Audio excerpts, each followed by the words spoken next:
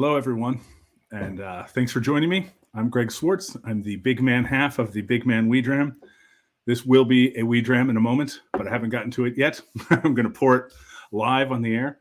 I'm excited about this week because not only have I known Scott for quite a while, I've been trying to get him to join me here, and our schedules hadn't aligned, but I'm not only a fan of Scott Brunow and the Scotch Test Dummies, I'm also a avid member of the Scotch Malt Whisky Society. And so this is a perfect fit.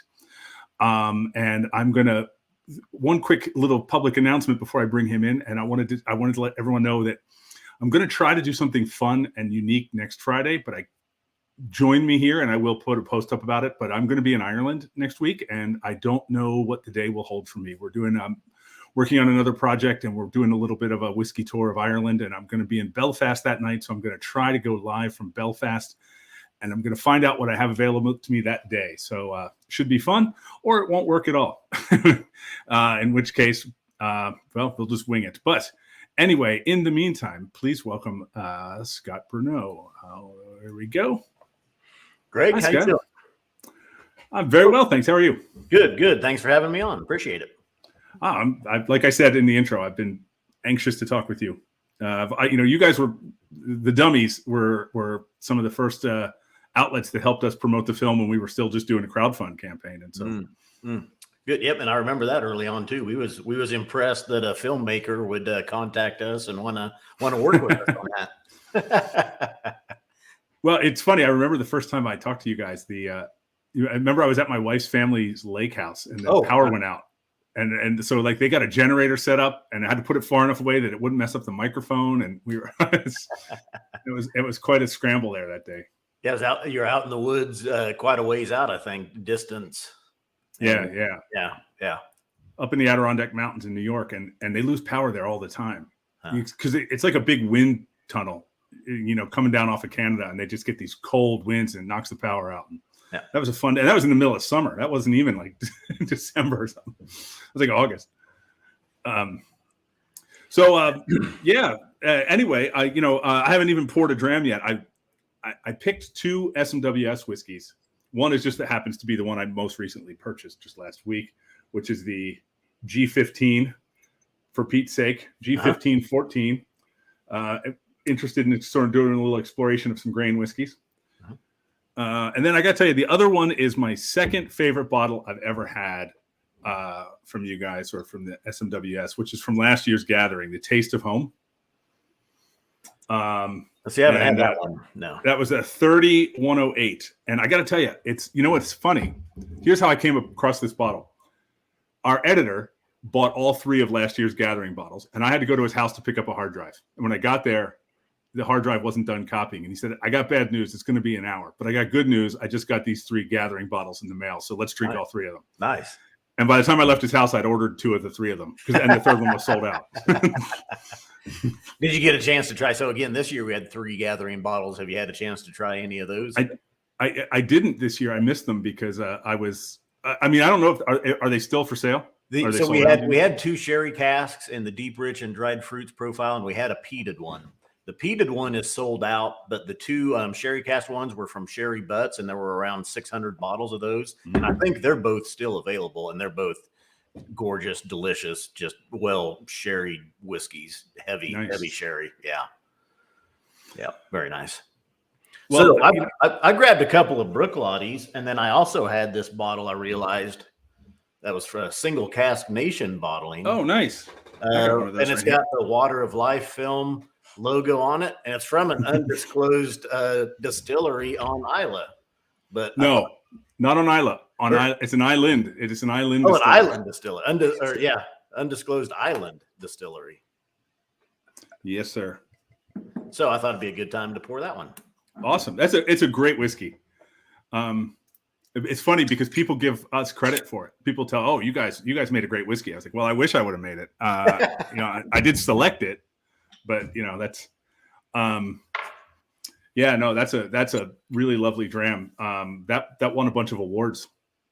Oh, really? And now that wasn't a single cask, even though they're the single cask nation. That was 6 casks? It was 5 or 6. It says it on the bottle. Well, it does say 1,600 bottles were available. So I figured 6 casks. It says cask numbers 3, 10, 14, 20, 30, 31. Yep. And what I can tell you about that that's kind of cool is that 5 of those casks are unpeated and 1 is peated. All right. And so it just has a little hint of smokiness to it. I have poured myself the For Pete's Sake. I went for the grain whiskey first before I tuck into this big honey bomb that is the Taste of Home. And I was looking for that one because I thought I had that one, but I can't find it. It could be here hiding somewhere. I do see 48.8% on the Single Cask Nation release. So, yeah. And I like they've got the microphone on the boomstick sticking in there over the. Well, we designed the bottle, the label. One of our guys, Alphonse, designed the label with an idea that, okay, you'll appreciate this. A lot of times you can't, on independent bottlings, you can't say the name of the distillery. Mm-hmm. And so a lot of places will do like a kind of a wink as to what it is, Right. I mean, how many times have you seen a Highland Park that's just called an Orkney whiskey? And we couldn't say the name, but we decided instead of trying to do a wink on what distillery it is, let's do a wink on the fact that this is from a movie. And we just kind of did a light touch with the movie with the boom. and we're going to probably do some other ones in that kind of way as well. So that was the idea behind that. Good. I like it.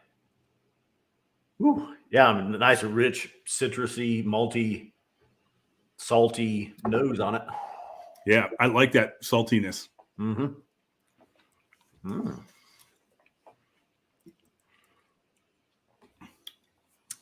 Nice toasted honey.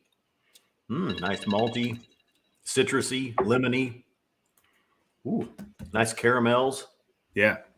Sea salt, caramel with sea salt on it. That's one of my favorite whiskey combinations. That kind of that caramelly kind of thing with just that hint of salt. Yeah. And I don't know if anybody that's watching, if they notice, I'm a big fan of the glass toppers. But the trick to them is that you just kind of pry them off if you're watching and you don't know. When you first get these and the first one you're in there and you're trying to, that off pretty easy. But sometimes they can be pretty tight and they don't pop like a normal cork, but you kind of got to pry them off, which, yeah. You know where I learned that? With Waterford, when we were getting the Waterford whiskeys, because they're the glass toppers too. I think Single Cask Nation was the first ones that we had dealt with those and that. So, it's funny. This I had a dram of this For Pete's Sake before the grain, but I think I drank it totally neat, and I just added a couple of drops of water, and man, is it evolving in the glass. Mm-hmm. I think that happens a lot with grain whiskeys. I think they're susceptible to, in a good way, to. Well, I think with SMWS whiskeys, it happens to a lot of them just because of that high ABV. Well, yeah. Once they're exposed to air and a little bit gets in the bottle, they really evolve and they really change. And I catch a lot of slack because I talk about our whiskeys and adding water to them because a lot of people like them neat as well. But I really think water helps, especially in any cask strength whiskey. Just kind of helps. To me, all those flavors are kind of compressed in there, and you add a little bit of water and just kind of helps them expose themselves and spread their wings and fly a little bit. Well, that's definitely true this, I don't know if I just was holding it up, but I saw it's flipped on my screen, but it's 62. This is 62 ABV. So there's no messing around. Yeah, that's a good thing it's Friday. Anything else on the books today? Not much, no. I believe it or not, I have to walk over it's a block away. I have to go to a notary public later and get a document notarized. So I'm probably jeopardizing my legal culpability right now.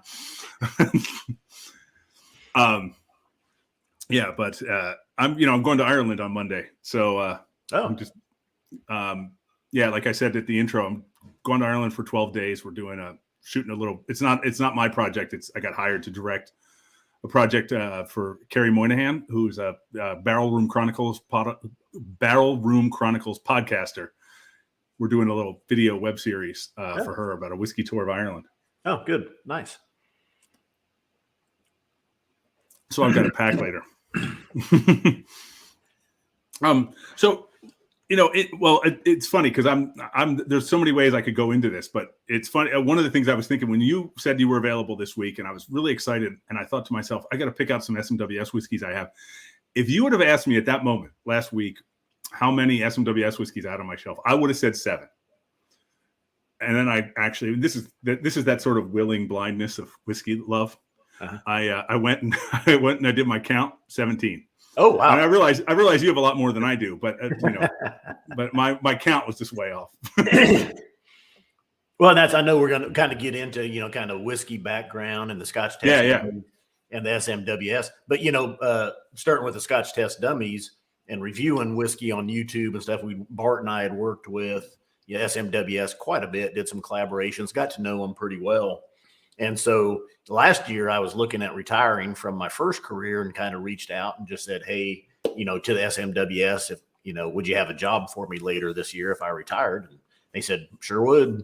So here I am. But yeah, I got quite a bit of SMWS whiskey now. Of course, one shelf here is Scotch test dummies, and another shelf in my office is Scotch test dummies, and then one shelf is SMWS. So it's a nice combination.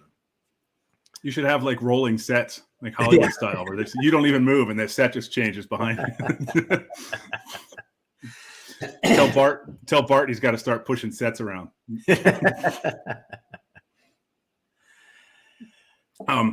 So I really want to hear a little bit more about that, about the SMWS and your journey into that. We're getting some comments here.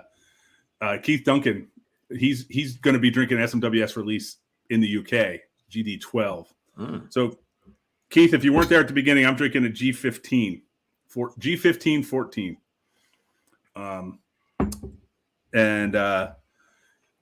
So I bet he means Glendronach. You mean Glendronach? Oh yeah, see, I didn't even notice that. You're right. He's probably is saying that. Yep, he is a big Glendronach fan too. I know that. So that is probably what he means. Darn it. I like me some Glendronach too. They do some marvelous sherry cask whiskeys. Yeah, absolutely. Yeah, but so let's go back and let's work our way from now to back. So yeah, obviously you were, I assume, a member already of the SMWS, a long-time member. Yeah, probably since 2017 or so. 2017, 2018. Well, probably when we started working with them, and kind of got exposed to them at that time as well. And when I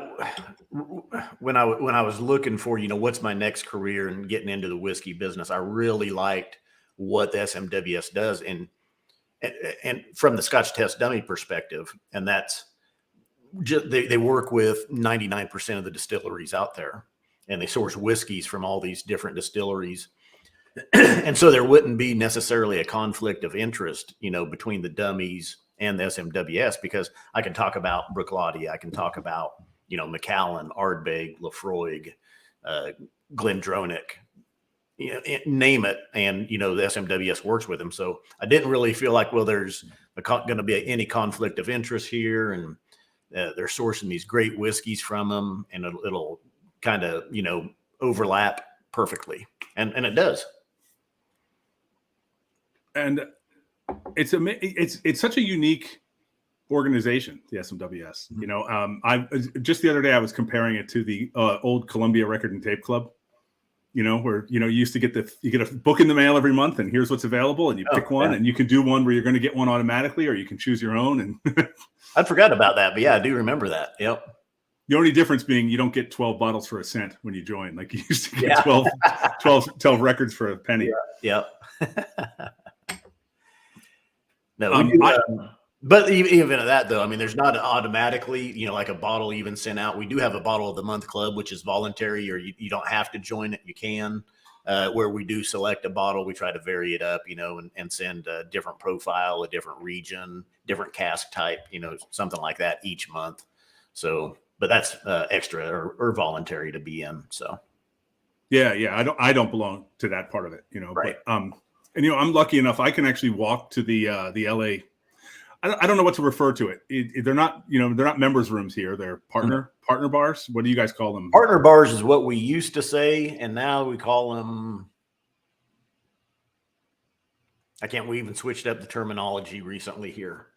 I'd have to look it up and see what we're even referring. But partner bar pretty much still covers it. So I can walk to the Tam O'Shanter. Or more importantly, I can walk home from the Tam O'Shanter. Have you gone there for any tastings? Was that? Oh yeah.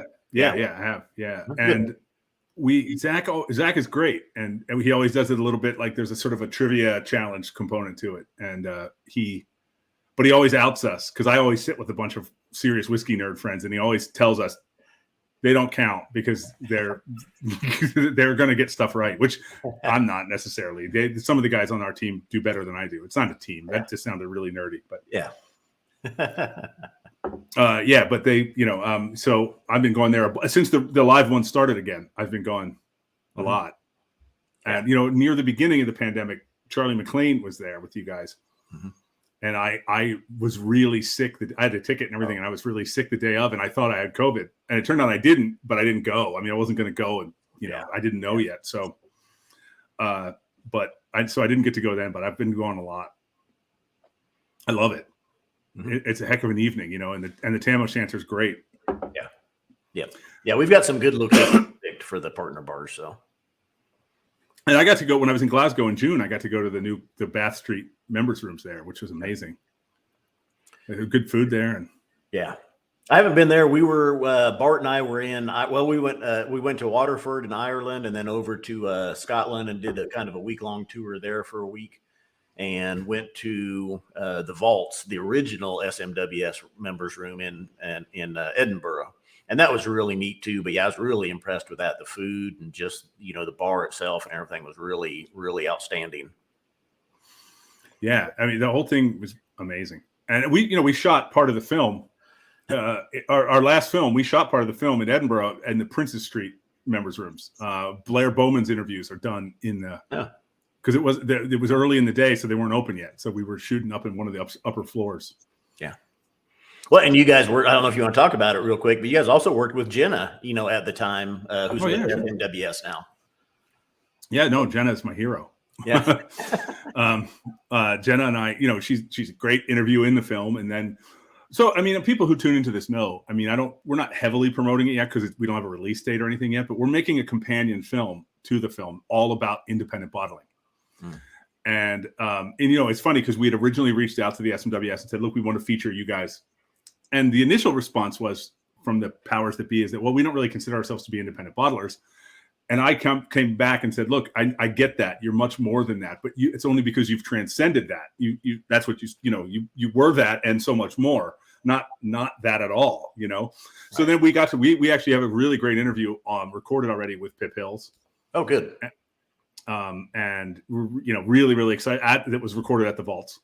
And, nice. So, and we're working on, we're almost finished with the interviews on that now. We've done a really good big cross section of the industry about different independent bottlers, because for the life of me, I cannot come up with another industry in the world that has the equivalent of that: wine, beer, food. Mm-hmm. I just don't know what else that would be. And it's a unique thing. Yeah, that's true. That's interesting. Yeah. Good point. And the only not pushback, but the only response anyone ever gives was, well, there's rum ones. It's like, yeah, okay, but the rum ones are basically whiskey ones that are just doing rum also. It's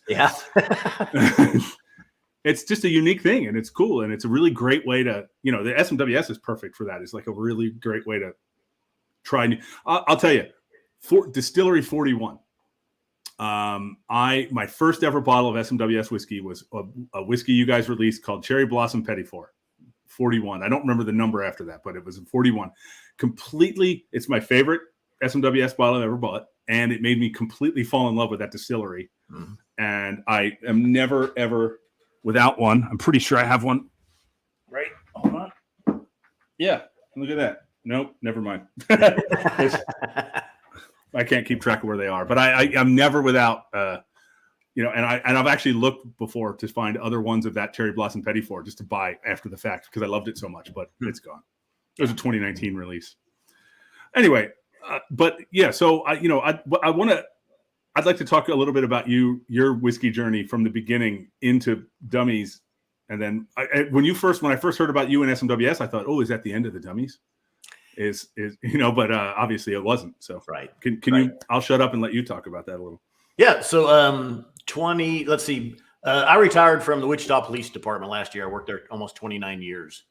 I got on with the police department in 1993 in Wichita, Kansas. Bart moved here from Denver, Colorado area in 1995 and started with the police department. So I'd been on 2 years before he got here. I was his first partner when he went through the academy and got signed out to the streets. So me and him started riding together. Of course, we became friends over the years. In late 2000s, about 2006, 2007, is when my whiskey, journey really began. And my wife was on a girls' cruise at the time, and she came home. She was excited, and she said, "Hey, I bought your dad a big bottle of Scotch on the cruise because they were cheap." And I said, "Well, that's fine." But I said, "My dad doesn't drink Scotch." And she said, "Well, that's more for you then, I guess, because I bought you one too." And I said, I don't drink Scotch. And she's like, "You don't?" I'm like, "When have you ever seen me sitting around and sipping on whiskey?" I'm like, "No." And I'm like, from what I heard, it's kind of nasty stuff, and it was Johnny Walker Black, a handle of Johnny Walker Black, on the cruise ships. They're on sale. They're cheap. And since she bought it for me, I thought, well, I'll give it a go and see what happens. And in the beginning, I pour a little bit of Johnny Walker Black and about this much ice and water. So about 25% Scotch, 75% water and ice. I knew you weren't supposed to mix it with Coke. And people either drank it, with just water or neat. So I sat down with it and I can remember, I was like, that's not that bad. I don't mind it. And so over time, the whiskey, started, or the water started coming down, whiskey level started going up. Bart had, at about that same time, Bart had watched a History Channel episode on either Scotch or whiskey, the whiskey, in general, or Scotch. And so he kind of got into it. I was drinking Scotch. He started drinking Scotch. And at the time, we were both sergeants, about 2011, 2012. We started talking about Scotch. We were drinking Scotch, drinking whiskey. We were getting together, weekly, every other week, sitting down, drinking a different Scotch that we'd pick up. And Bart said, and we were also watching YouTube at the time, trying to find reviews to find out more about Scotch, find out more about whiskey, which ones should we buy? And of course, Ralphie was big at the time. There was a couple of just a handful of channels, at the time that were reviewing whiskey. It was very small niche. And so we finally, in 2013, we said, let's start reviewing whiskey on YouTube and kind of chronicling our, journey as well. Because we were both relatively young and we knew it, at the time, into whiskey. So October 2013 now, almost 9 years ago, we started reviewing whiskeys, and we started out just with Scotch. And we came up with the name, the Scotch Test Dummies. And within the first year, and we were like, we're in the States, we're surrounded by all the bourbon, all these other whiskeys, maybe we should be reviewing them as well. And plus, bourbon at the time was cheaper than Scotch. We're like, we can review 2 bottles of bourbon compared to 1 bottle of Scotch. So we got into kind of just, instead of, we are the Scotch Test Dummies, but we review all whiskeys. I mean, we've had whiskey from, of course, the States, Canada, Japan, Australia, India, just all over the world. And there's good whiskeys out there all over the place. 2021, last year, was when I decided to retire. And then, of course, had reached out to the SMWS and landed a job there, which is going really good. Bart and I are coming up on, we'll soon be hitting our 1000th review for the Scotch Test Dummies, probably within the next 6 months or so. So wow. Yeah. Learned a lot. I mean, the thing is, though, I mean, there's still a lot out there to learn. We still learn stuff, almost every day, but definitely a lot farther along, than we were, 9 years ago. So, yeah. Oh, that's awesome. That's congratulations on 1,000 episodes. Mm-hmm. So you guys are, I don't think Ralphie's at 1,000 yet. I think because I just was watching him the other day, it was 940 something. So, oh, really?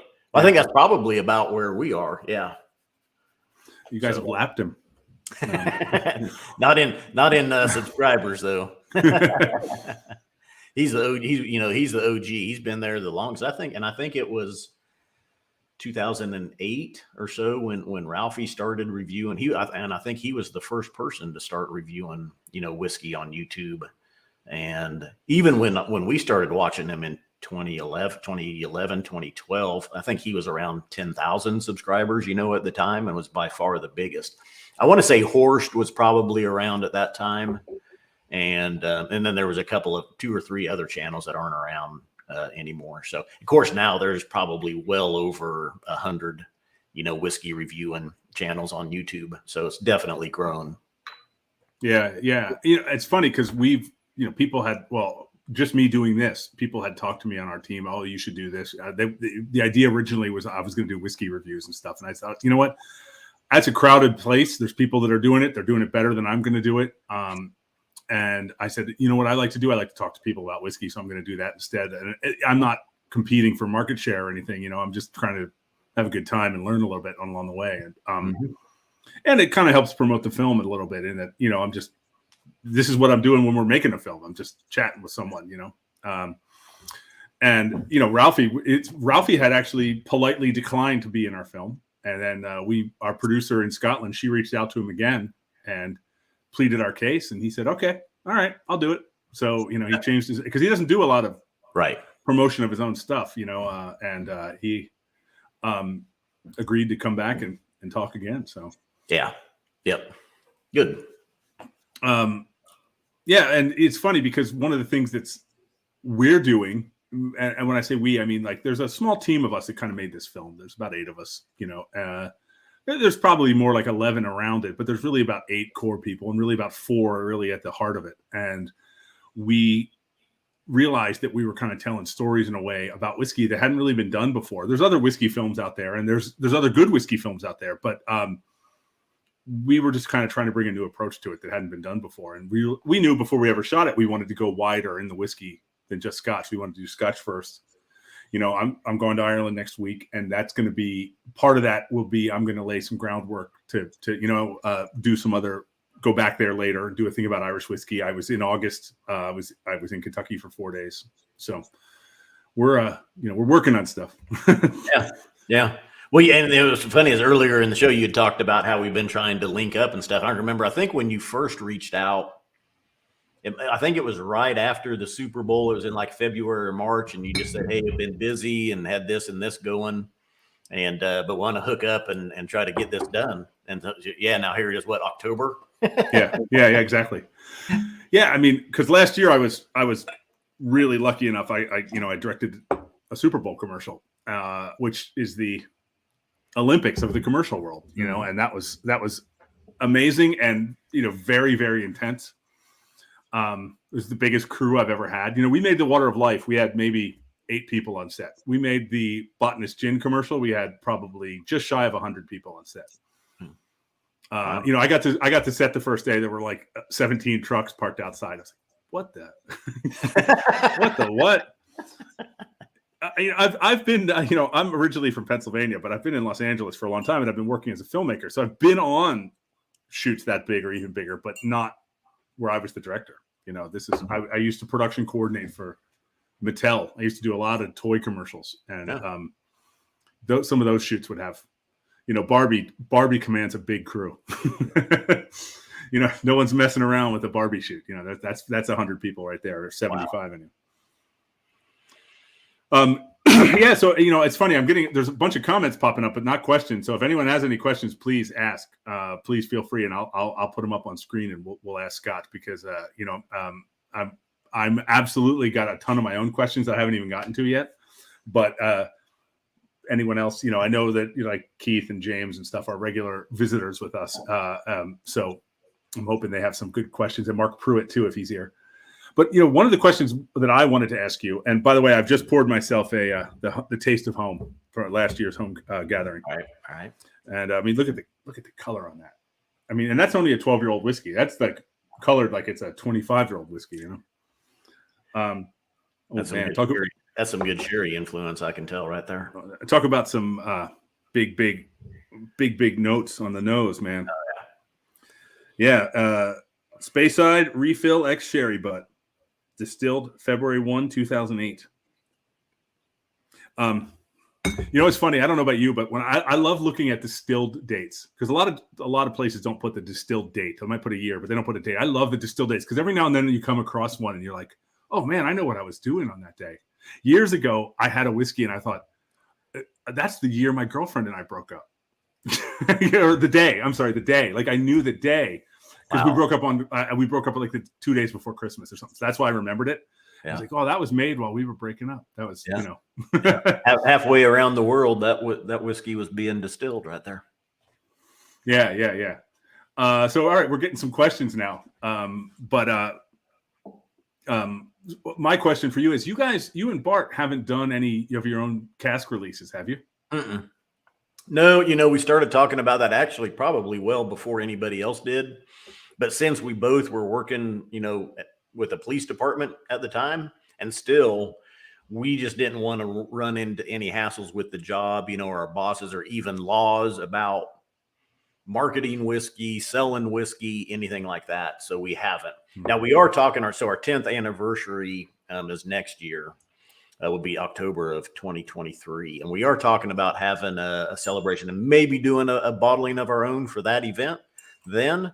And working with a distillery that would handle all of the ins and outs of it, basically. So, well, we've done a bunch, and I got to tell you, we love it because these bottlers and distillers, they do the hard work, and we were like, let's show up and drink some whiskey with you guys. Yeah, we just didn't want to, mainly because of the job. We just didn't want any trouble with our bosses and the brass and everybody, pointing fingers and saying, hey, those two cops are selling whiskey on the side. It's funny because it's complicated. American liquor laws are complicated. It's funny because a lot of distilleries we reached out to in Scotland, we said, would you like to do a single cask with us? And they've said no, politely, because they said the U.S. isn't one country liquor wise, it's 50 countries. Right. And it's just too much. It's just too complicated. And one of the things that, there's the guy, one of the founders of one of the whiskey clubs I belong to here in LA, he is now a full-time importer of whiskey, and he resigned running the whiskey club. He said, I can't, it's just too complicated. It would put me at risk in too many different ways. And so, and I hear it's just, a pain trying to keep up with everything. So, so I'm going to put some questions up on screen for you here. Now, you probably know this because you guys use StreamYard, but when someone puts a question up through the page, their name doesn't show up. It says Facebook user unless they opt in. If they do it through the group, then their name shows up. But if they do it through the page, it just says Facebook user. So some of these people, I may not know who they are, and if they want to weigh in and tell me who they are, but here you go. Okay. Where did your STD logo come from? So the original one, let me see if I've got a coin here. Yeah. This one with the two, I guess I'm looking at the wrong camera. You can't, there you go. Yeah. This one with the two dummies, basically, that's been there from the beginning. My nephew actually designed that for me. And then since we've had a few revisions and a few things come and go, and we've worked with a marketer, or not a marketer, a graphics designer. There you go. That's what I was trying to think of. And the original one is inspired by the crash test dummies, right? I mean, yes. Yeah. In fact, we were brainstorming names and stuff for the channel. And I actually thought at first, I did think of the Scotch for Dummies along the lines of, the books and everything that's out there. But we kind of thought, well, we didn't want to get into any problems with patenting, or copyright issues and things like that, which there's another YouTube channel, and we're good friends with those guys as well. The Scotch for Dummies up in Indianapolis. They've ended up using it and they're getting by fine with it. So that would have worked. But I came up, I thought of the Scotch test dummies because I thought I thought we're dummies where it's early on in our, journey. Where do we go from there? And I was thinking of dummies. What do we do? And I thought crash test dummies and then Scotch test dummies. But I thought there's no way Bart will go for it. And so I threw it at him and he was like, love it. So usually Bart and I, we butt heads a lot on things. We're actually quite two different people, but yeah, it ended up working out.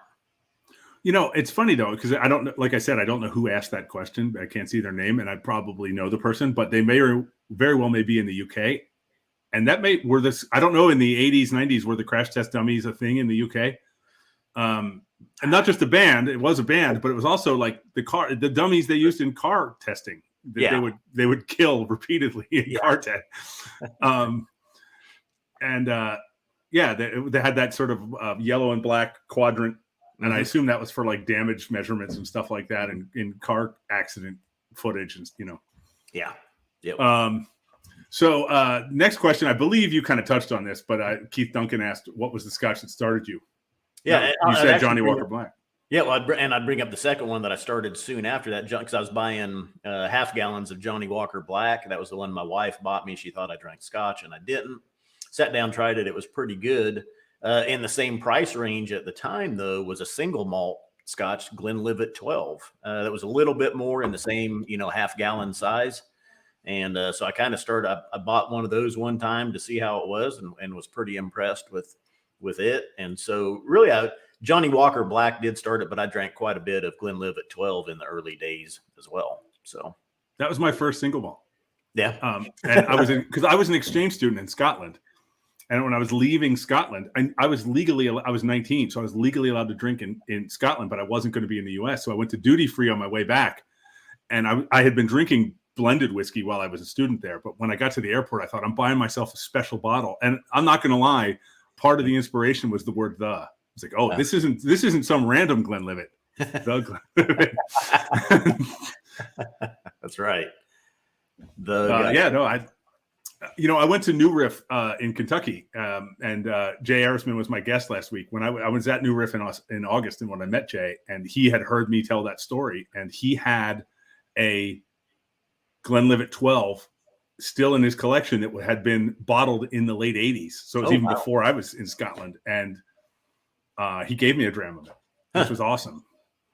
But have you had it lately? Have you tried it? I have the illicit still, which is basically their name for their cast strength version of it. I have the 12-year-old illicit still because I quite like it. Yeah, it's pretty good. Bart and I occasionally would go back and review, bottles from 6, 7, 8 years ago, or maybe a bottle we just haven't had for a long time. And I think it was last year, we kind of there was a 5 or 6 part series we did called, Back to the Basics. And we went back and we looked at Glenlivet 12, Glenfiddich 12, Balvenie 12, all these kind of different entry bottles that people start out with. And Glenlivet 12 really impressed us both. We were both like, wow, that's still a pretty good whiskey, even into where we're at. I mean, you got to remember, you're drinking a 43%, 12-year-old core range bottling, but it was still, we were both like, that's really a pretty good whiskey. I'm gonna name drop for a second, but I've become online friends with Alan Winchester recently, who was the head distiller at Glenlivet until a few years ago. And I was just talking to him last week on a Zoom, and I told him that exact thing, that it's I think it's never lost its way. I would like it if it was a little bit higher ABV for sure, and I would like it if it wasn't chill filtered, but but it's still pretty solid stuff. It is, yeah. Sometimes you end up in a bar or a restaurant, and they've got a limited selection of stuff, but they always have Glenlivet 12 up there, and I just don't think you go wrong, ordering it if that's what they got. Even though Glenlivet 12 was my first single malt that I owned, I was always a fan of, back in my earliest days, I liked Glenfiddich 12 a lot. And there's something about the triangular bottle I really liked, which I just found out recently was called a sailor's bottle, that shape? Oh, I don't know. It has a nautical name, and I think it's either like a ship's bottle or a sailor's bottle. The idea is because of its shape, it won't roll. If it falls over in rough seas, it won't roll around. Huh. All right, here's a question that you're not going to be able to solve for this person, but I do agree with them. Oh, yeah. Well, SMWS is based in New York City. Yeah, we don't have, I think Jack Rose right now is the closest thing we have to a partner bar in New York City right now, which is up in Washington, D.C. So I don't have specifics of this yet, but I will tell you we're going to do an event at Jack Rose in January. we got a couple other little surprises up our sleeves at the end of this release of the film, even though it's out on our film is now available on iTunes and Amazon and not Netflix, Google, Microsoft, iTunes, Amazon are the big four, then also Vudu. But we got a couple other fun events coming up that we're going to do. And one's going to be at the Jack Rose. I've not been, but I know Bill Thomas. I met him in Scotland, actually. Yeah. So yet again, another Facebook user without a name on it. But do you have a go-to whiskey? Macallan 12. Nice. Yep. Always got a bottle of it. Love it. It's consistent. And that's one too for me. Like you go to a bar. Now this is a question I'll throw at people. It's like, okay, you've been traveling. You got up early in the morning. You had to get to the airport. You've had 2 or 3 flights with layovers. It's 8, 9, 10 o'clock at night now, and you're finally getting to your motel. And you go into the lobby and you're checking in, and you look across the lobby, and there's the hotel bar, across the way. And you need a drink. And so as you're walking up, you think, please, God, just have what whiskey do you want after that long day? To me, I mean, I'm thinking just have Macallan 12, please. Do you know, my business partner and our producer of our film, Trevor, has this great story. There's a really great, if anyone's ever in Los Angeles, I'm not going to say it's a great whiskey bar by modern standards. It would have been considered a great whiskey bar in the 80s. It's called the HMS Bounty. It's on Wilshire. It's just an old divey kind of bar on the ground floor of a hotel of old apartments where like bachelors used to live. It's not a dump or anything, but it's just very basic. And he used to go there when he was single and he would drink. And he said one day he was in there and a guy ordered a Macallan 8. He said, "Oh, I see you guys have a Macallan 18-year-old. Can I have one of those?" And the bartender poured it for him, and he said, "How much is it?" And the bartender said, "Oh, I think they're all $5." So Trevor said, "I will have a triple." And then he said he basically went back until that bottle was gone. And then clearly the bar had to order a new bottle, at which point someone was like, "Wait a minute, what happened?" Yeah. We've had that bottle up there for 3 years.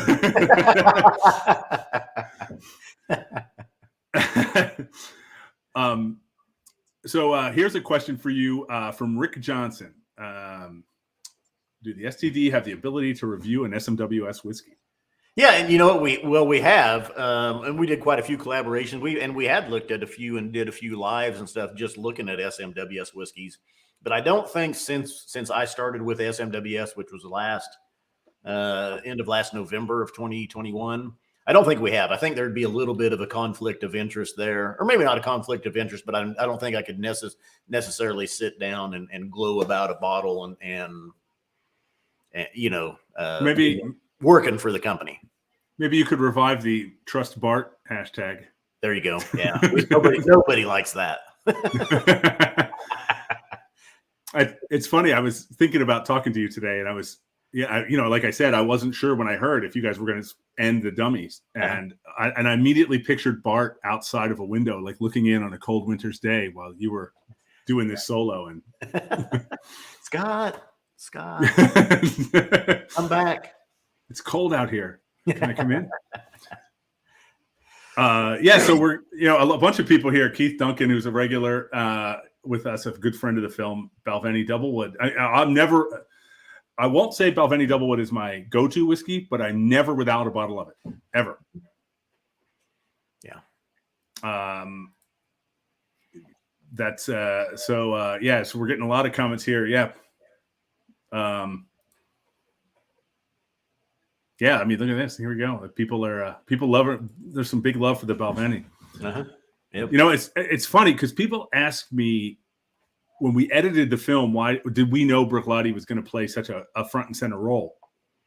And the truth is, our plan going into the film was to pick a variety of different distilleries that were big and small, old and new, east and west, just a real good cross section, and kind of probably give them equal treatment.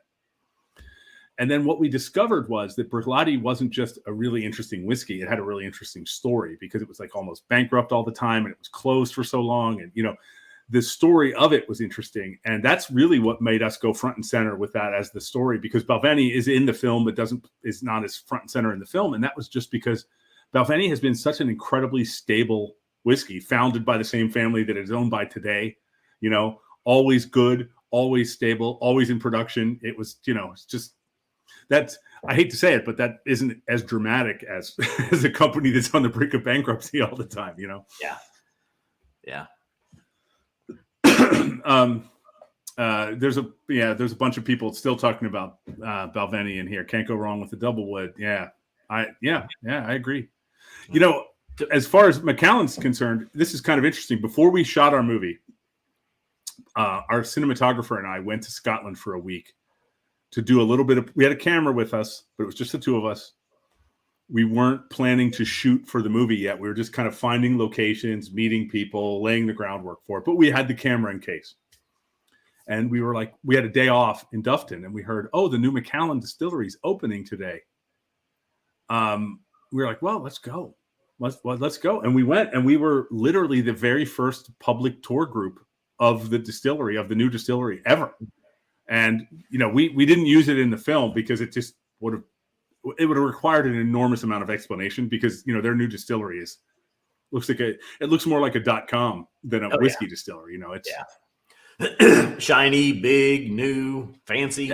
And it's like, I always say, it's like, if like someone let Apple design the Hobbit village in Lord of the Rings. Yeah. Because it has the sort of round grass, huts and everything, but it's still like unbelievably futuristic. Yeah.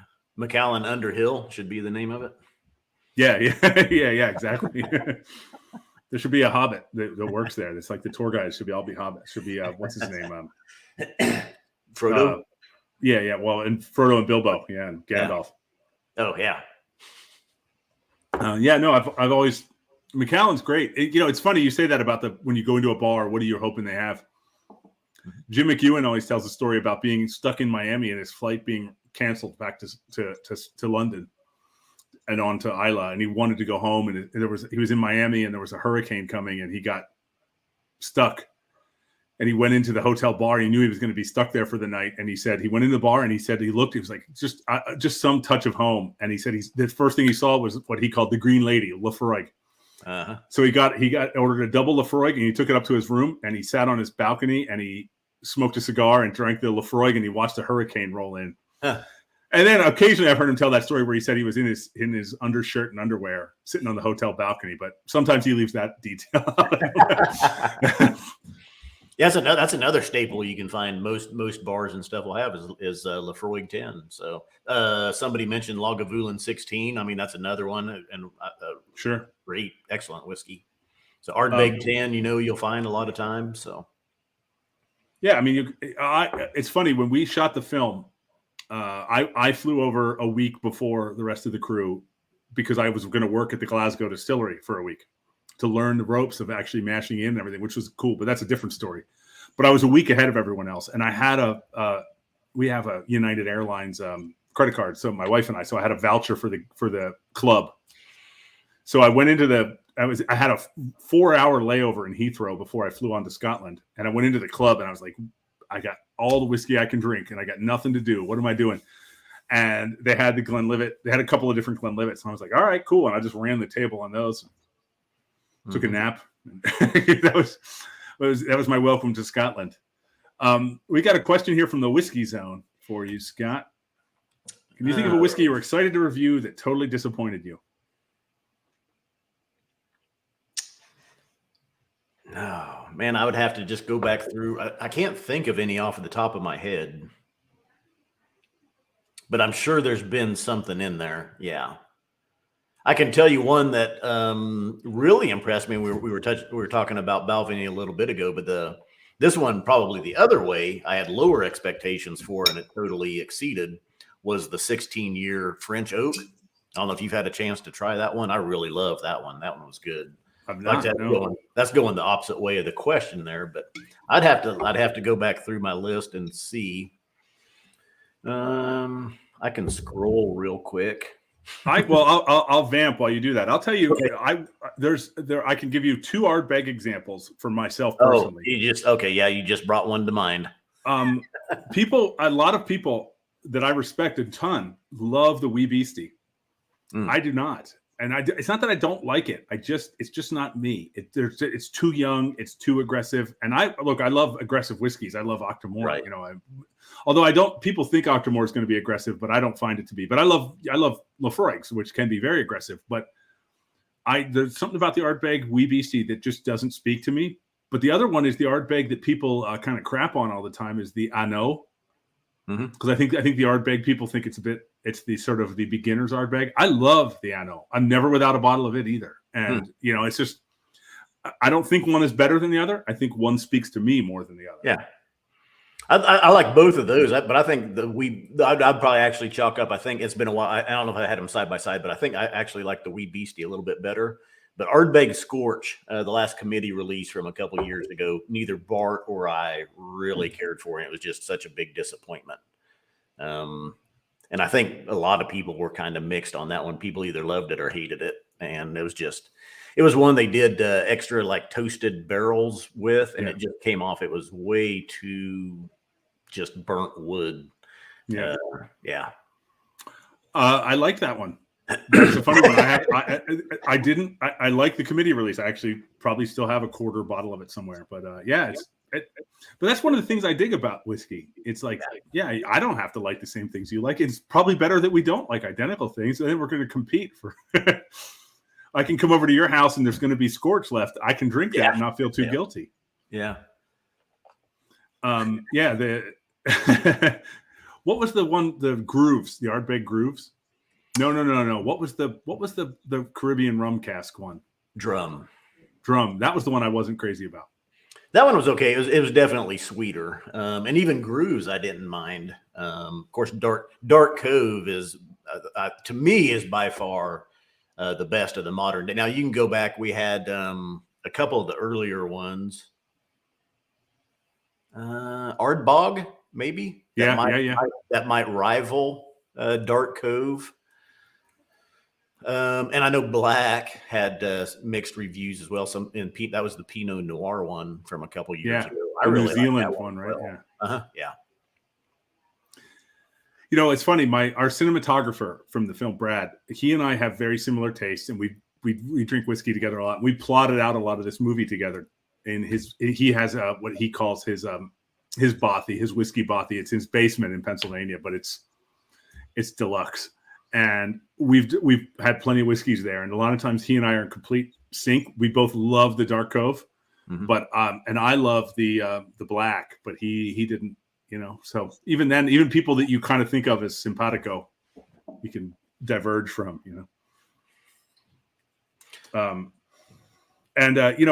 It's funny because I heard before I ever tasted the Scorch, I heard Dr. Bill interviewed about it.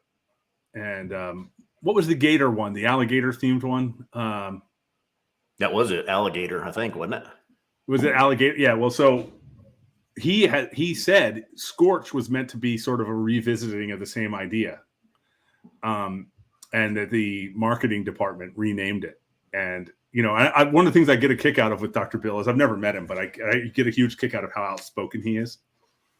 And, he was really annoyed that their art marketing department he wanted to call it like the Alligator 2 or whatever. And he was annoyed that they renamed it. And I just got a huge kick out of that. So I was looking forward to, trying it before I ever did try. So maybe that predisposed me to liking it. I see the Whiskey Zone says that's the best bottle opening he's seen on screen. My cork apparently came detached from the lid, leaving it exposed in the bottle. So I had to. Yeah.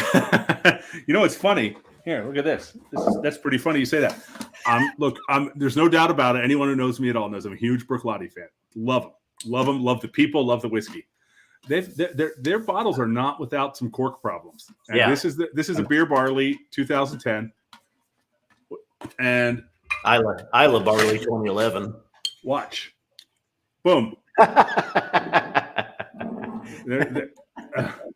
I think they know that. I think they're working on that because I think it happens. I would say it has happened to me with Bruichladdich bottles and Port Charlotte bottles more than any other whiskey put together. Yeah. But I've never not figured out a way to get the whiskey out okay. That's Jimmy's job, on Friday afternoons is to put the adhesive from the cork to the lid. And of course, it's Friday afternoon, and he's doing it in the warehouse probably. Yeah. Oh man, I have to tell you, I switched to this, and I just love this whiskey. This this is this gathering, the Taste of Home, 3108, 12-year-old Speyside ex-sherry butt. Absolutely love this stuff. It's one other thing. I know we should wrap up. I do this every week. I always say, 30, 45 minutes. It's been 55 minutes. I'm sorry about that. Hey, but this is what it's like when you can tell my true inspiration is just chatting with good people about whiskey. I just got a bottle of the Single Cask Nation. Just did this Dalyuen release that was, quote, accidentally finished in a sherry butt for a lot longer than they wanted to because of a misentry on an Excel spreadsheet. Oh. I think it was supposed to be a couple months, and it wound up being a couple years. Yeah. I don't have it with me right here, but it is honestly the darkest whiskey I've ever seen. Really? And I was worried when I bought it because it's only 9 years old. I was like, this thing is the color of root beer. And I thought it's just going to basically taste like sherry. It's so sherried. It's just going to be sherry, but it's not, man. That Dalyuen spirit holds up to it. And it's just this lovely dance. I had one last night. Yesterday was my 15th wedding anniversary. And thank you. And I capped off my evening with a Dalyuen. I offered my wife one, and she said, no, I had 2 cocktails. I'm fine. And then she promptly fell asleep on the couch. Someone here says there's a big Bruichladdich tasting at Norfolk Wine on 10/22. Well, that's awesome. I don't know who that is because it says Facebook user, as you can see, but whoever it is, I wish I'd be there. I'm going to be in Ireland doing my own whiskey tasting. But yeah, the Whiskey Zone, thanked me, congratulated me. Thanks. Cheers. We went out for dinner last night. I had 2 beers at dinner because I wasn't impressed with the restaurant's whiskey list, and then I had some Dalyuen at home. Mm-hmm. Nothing wrong with that at all. No, that was a nice Thursday night. But anyway, I know we should wrap this up, Bart, Scott. Ooh, I almost called you Bart. God. James DeGiulio at Norfolk. Nice, James. So I'm hoping will Jason Cousins be there? Jason is the U.S. Bruichladdich brand ambassador, and I know he's a New Englander, so I think that he makes his presence known at a lot of tastings in New England. Well, then I don't know if she's still Erica Skolnick, I think is her last name. Yeah. Married. I know she had a baby last year. I'm assuming she's still working with. It's the she group, is not just she is, but yeah, and she's Atlanta based. Yeah. Okay. Good. We did a screening event with you guys and Erica as well. Erica and I have never met in person. Well, for that matter, neither of you and I. But it's funny. I planned to bring this up, but I never got around to it. A year ago, when I was driving across the country and I had a call with you guys, and I happened to be literally like really close to one of your hometowns, like in Kansas. It was my uncle's. Yeah. Yeah, we crossed over into Colorado from Kansas. So while I was talking to you guys, that was crazy.